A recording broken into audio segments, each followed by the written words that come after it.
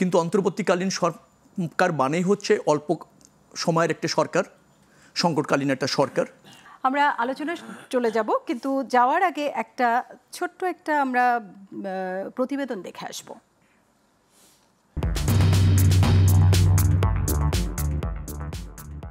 যে কোনো তত্ত্বাবধায়ক সরকার সর্বদা তার নিষ্ক্রমণ পদ্ধতি সম্বন্ধে চিন্তা করা উচিত। এই সরকারকেও সেটা করার সময় এসে গেছে। এক্সিট পলিসি চিন্তা করার সময় এসেছে। এই মুহূর্তে উনি আর যেটুকু সময় আছে এর ভিতর দিয়ে কি অর্জন করে বের হয়ে যেতে চান সেইটা ওনাদের এখন বলার সময় এসেছে, কোনো একটা জাতির উদ্দেশ্যে ভাষণের ভিতর দিয়ে।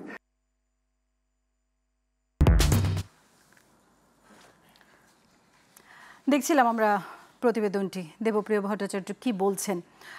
রবিউল আলম, আমি শুরুতে আপনার কাছে আসব।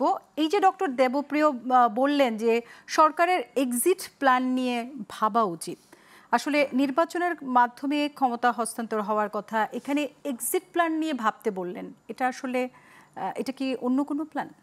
ধন্যবাদ আপনাকে, ধন্যবাদ প্রিয় সহালোচক এবং এই মুহূর্তে যারা গ্লোবাল টিভির সাথে যুক্ত আছেন। এক্সিট প্ল্যান বলতে উনি বোঝাতে চেয়েছেন সরকারের শেষ অধ্যায়টা, কারণ ইতিমধ্যে সরকারের 1 বছর হয়েছে। একটা অন্তর্বর্তীকালীন সরকার, জাতীয় ঐক্যমতের সরকার, তার সুনির্দিষ্ট কিছু করণীয় স্পষ্ট এবং নির্দিষ্ট। এখন আপনি সেই কাজগুলি, আপনাকে 1 বছর ইতিমধ্যে সময় পার হয়েছে, উল্লেখযোগ্য কোনোভাবে এখনো পর্যন্ত অগ্রগতি দেখছি না।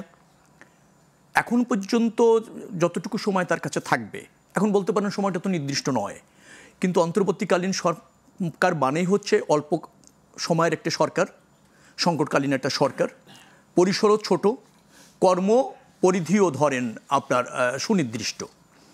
তো সেই এক সরকারের শেষ অধ্যায়ে এসে তাদের জাতির উদ্দেশ্যে কিছু করণীয় যেটা নির্ধারণ করা হয়েছিল, বিশেষ করে কিছু প্রয়োজনীয় সংস্কার, আপনার বিচার, ফ্যাসিবাদের দোসর এবং ফ্যাসিবাদের সাথে যারা যুক্ত ছিল তাদের বিচার, এবং সবচেয়ে গুরু দায়িত্ব ছিল যেটি, সেটা হচ্ছে একটা নির্বাচিত সরকার, জনগণের অবাধ ভোটের ভিত্তিতে একটা ইনক্লুসিভ নির্বাচন করা তাদের গুরু দায়িত্ব ছিল।